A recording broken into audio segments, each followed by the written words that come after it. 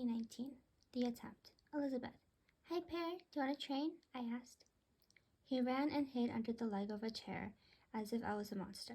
Would you like millet? If you come and train, I'll give you tons of it.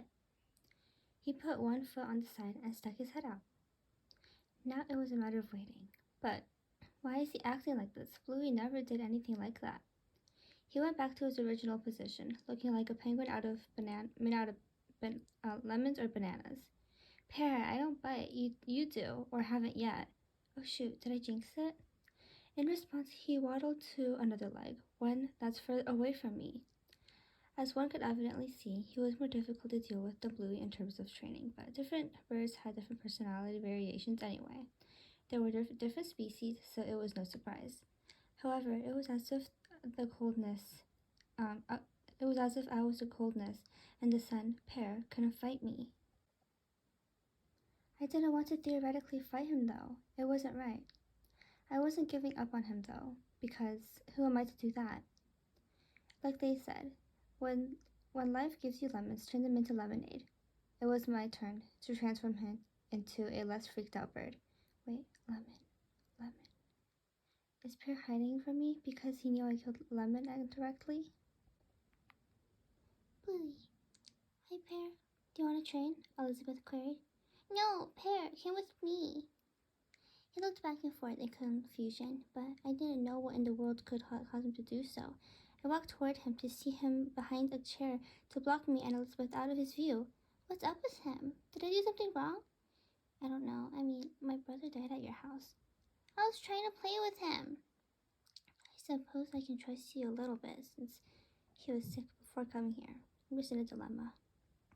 He hid to a leg closer to me, while Elizabeth was still focused on trying to get him to train. If you want to come with me to a safer spot from evil Elizabeth, if you will, that's awesome, but if you don't, that's okay too, I said, walking to Bubbles. Bubbles, why do you have a fluff on your forehead? I shook off the negative feelings and pressures that had been brought up upon me since I was going to help Pear, somehow help Pear trust us. It was my job as a leader. Pear. Hi, Pear. Do you want to train? Elizabeth's voice of danger buzzed. No.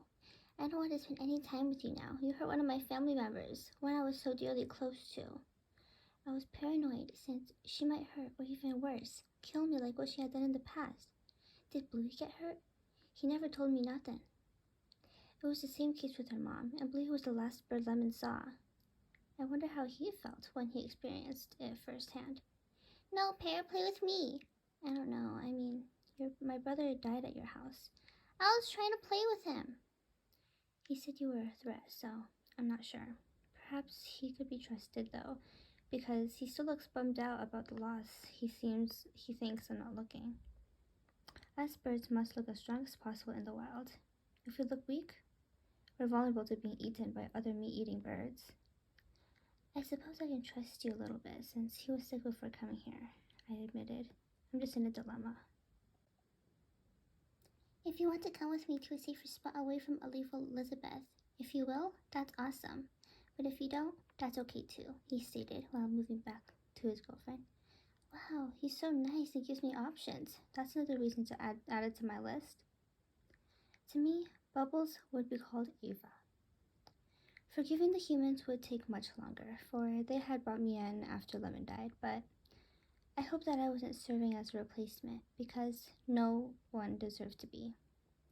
However, it shouldn't be too bad once I get used to their presence, regardless of the forever cut in my heart. Cutting it had the same idea as crumpling a piece of paper, which I left to chew on at my old home. And it couldn't be like it was before, no matter how much one would try to fix it. Someone, please love me and make me feel at home.